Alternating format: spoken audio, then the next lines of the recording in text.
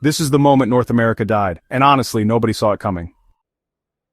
While you were distracted by celebrity scandals, TikTok dances, and political circus acts, a single decision just fractured the continent's longest friendship. A relationship that held through world wars, terrorist attacks, and global financial crises, broken by one man's ego, one tariff, one tweet. You think that sounds dramatic? Wait until you see what's happening behind the scenes. Because what began as a trade dispute has now turned into a geopolitical earthquake. The U.S. just announced it's doubling tariffs on steel and aluminum, from 25% to a crushing 50%. Why? The official line? We don't want America's future to be built with shoddy steel from Shanghai. But here's the part they left out. Most of that steel? It's not coming from China, it's coming from Canada. Yes, Canada.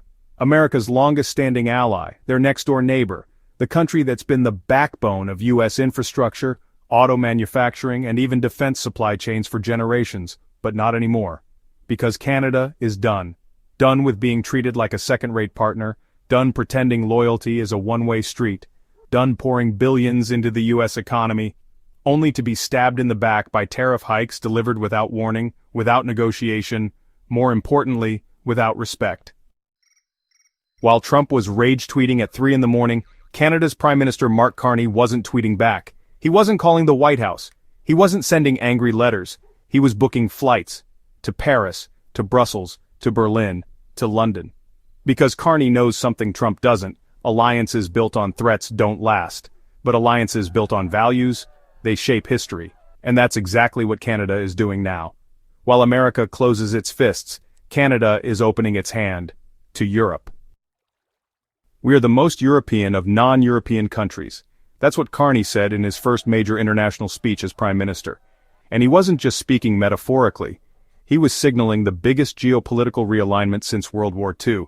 Think about this. Canada, for decades the most loyal U.S. ally, is now the first in line to join the European Rearmament Initiative, a $900 billion project to build defense independence from not just Russia, but America too. This isn't speculation. This is already happening. Let's zoom in. Factories in Michigan that rely on Canadian steel, they're scrambling to find replacements. Construction projects in Ohio, billions of dollars on the line, are being delayed indefinitely.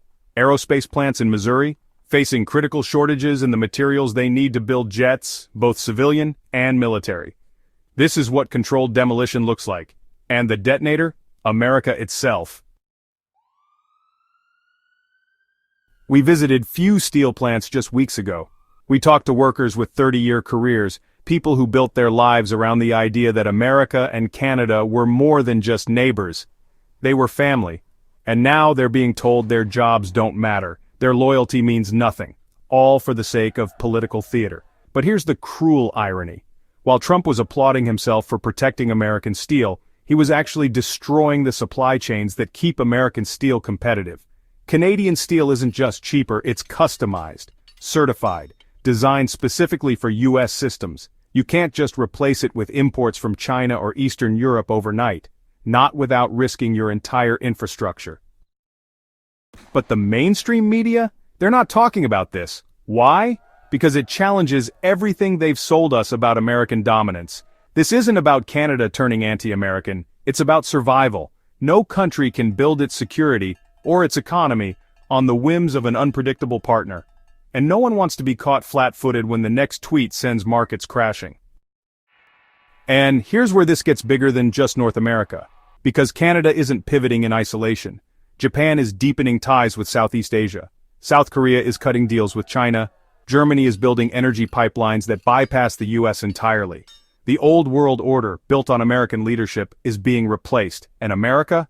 America is being left behind. This isn't just a trade realignment. This is a historic shift in power. And the worst part? It's completely self-inflicted. While America was busy arguing with allies, the rest of the world was busy building the future. China's Belt and Road Initiative, Europe's strategic autonomy, BRICS expansion. These aren't random experiments. They are the new pillars of global power. And now they're rolling out the red carpet for countries like Canada to join. This isn't about tariffs, this is about trust.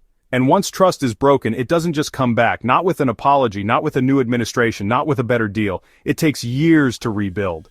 if it can be rebuilt at all. And right now the bridge between America and Canada isn't just cracked, it's collapsing.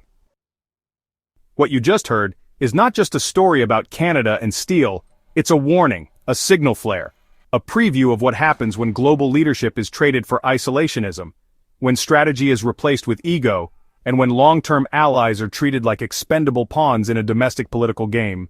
We are watching, in real time, the unraveling of American global leadership. And unless something changes fast, the next chapters of this story won't be written in Washington. They'll be written in Beijing, in Brussels, in Delhi, in Ottawa. If you found this video eye-opening, like, share, and subscribe right now, this is just the beginning. In our next episode, we dive deep into how China is using America's isolation to build a new global empire, and why what happens in the next 24 months will determine whether America remains a superpower or becomes a cautionary tale. Hit the bell so you don't miss it. And tell us in the comments, is America burning bridges it can never rebuild? Can Canada and the U.S. ever recover what they had? Or is the North American era officially over? I'm reading every single comment. And your insight matters more than ever, because in geopolitics there are no permanent friends, only permanent interests. And America's interests, they're starting to get very lonely.